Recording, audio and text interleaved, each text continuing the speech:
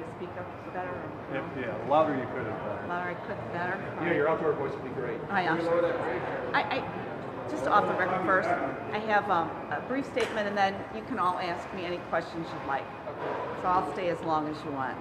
Just A come out a second, little I'm bit gonna bring closer. that down for you Okay. just a little bit. Thank you. There you go. Everybody ready? Good afternoon.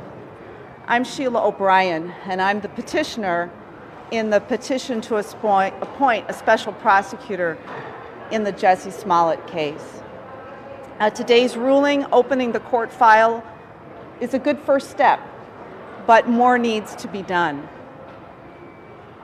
Equal justice under the law and truth and transparency are the bedrock of our democracy. The handling of the Jussie Smollet case by this state's attorney has been a disaster.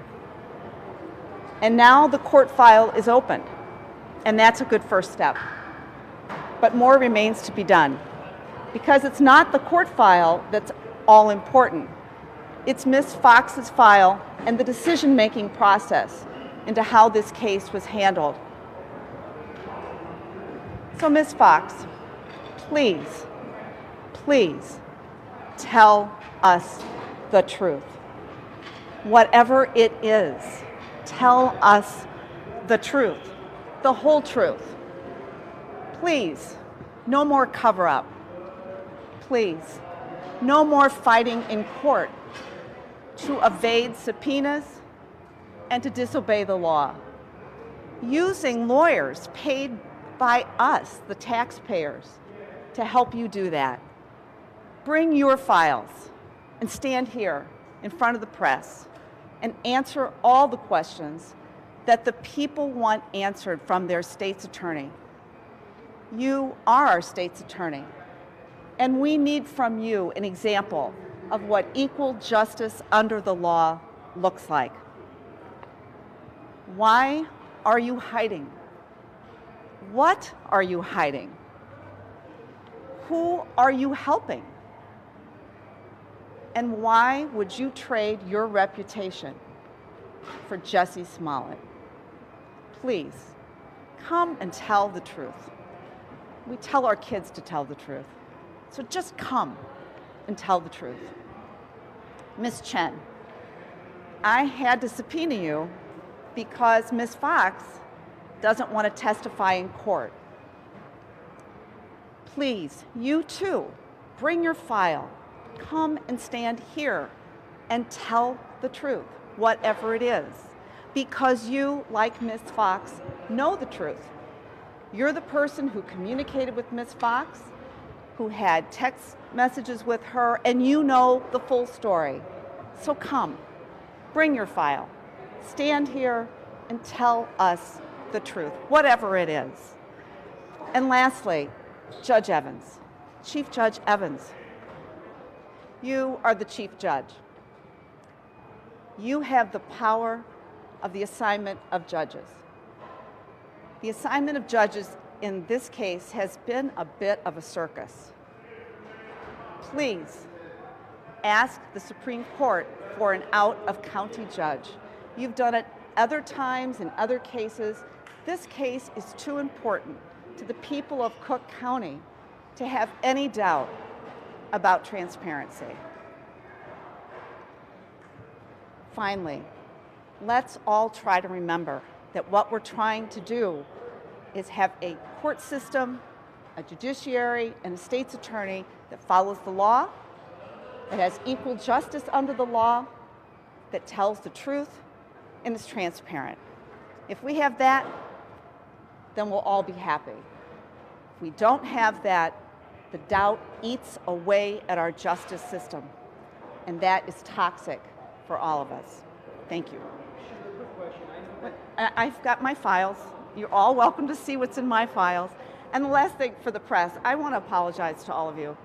I should have come to you, spoken earlier, but having been a judge for a long time, you have that knee-jerk, I can't talk until the case is over, because you're used to being the judge, but I'm not the judge in this case. And if I want transparency and truth from everyone else, then I've got to be transparent as well. So I'm here to be transparent. I have my court file. You can ask me anything you want. Bring it. So let's start over there. In your case right now in front of Judge Truman, you've been very vocal in wanting an out-of-county judge to rule in this case. Do you have any doubts with Judge Truman? Can you reiterate why it is so important for you? You got the conflict of interest approved, and that courtroom is in front of another judge. Why not let Judge Truman decide? Because the people of Cook County are suspicious of what's going on in this case. So to maintain not only the truth, but also to get rid of any appearance of impropriety. It's just better to get someone from out of county to do this. And it's been done before. In the Vineco case, there was an out-of-county judge. So there's precedent for doing this. And in cases of this magnitude, it makes sense. So the public feels confident that there's a fair and impartial judge.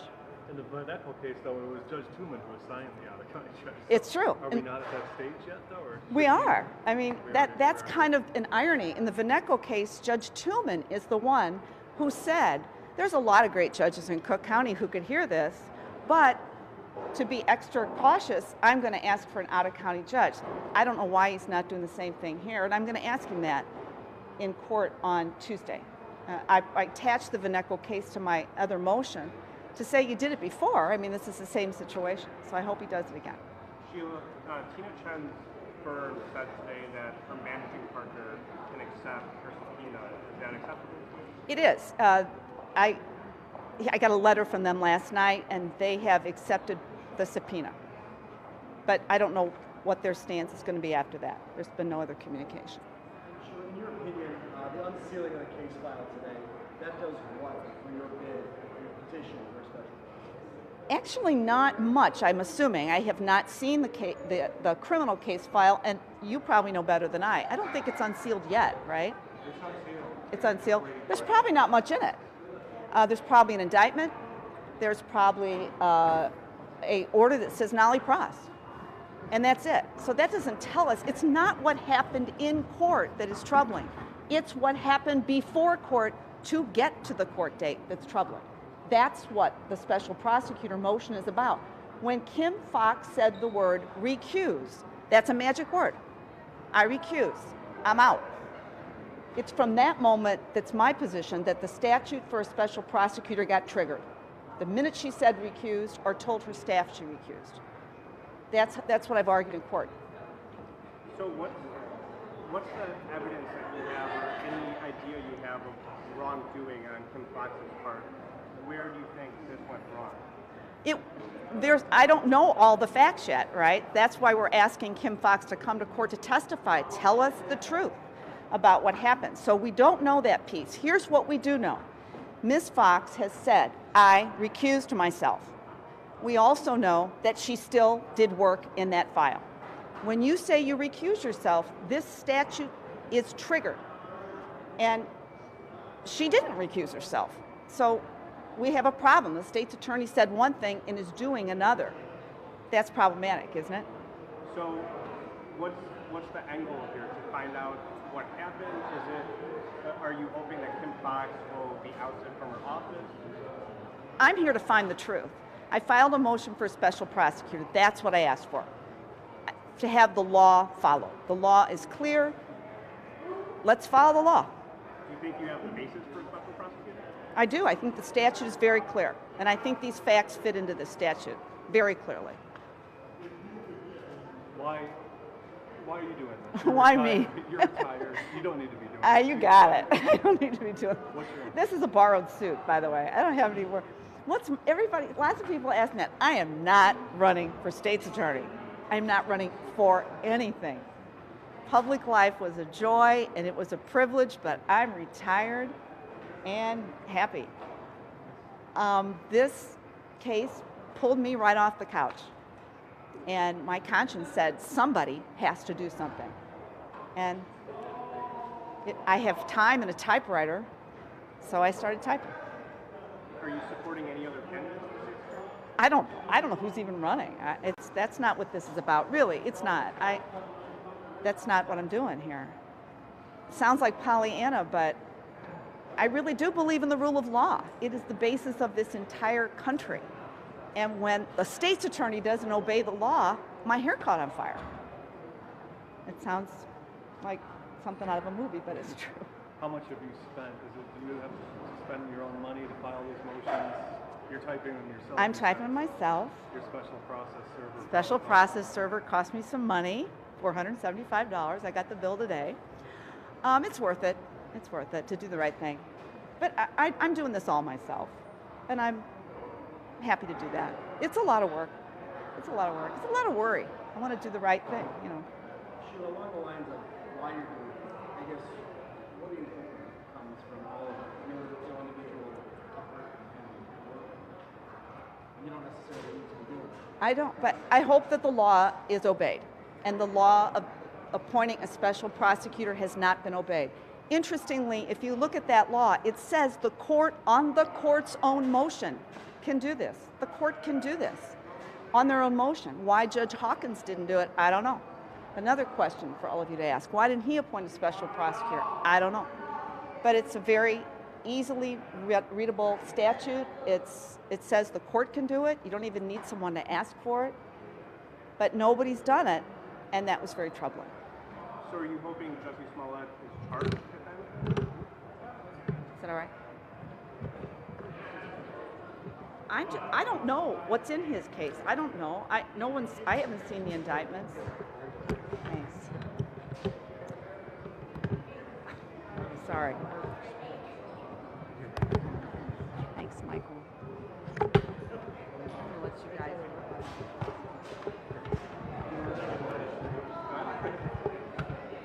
Again?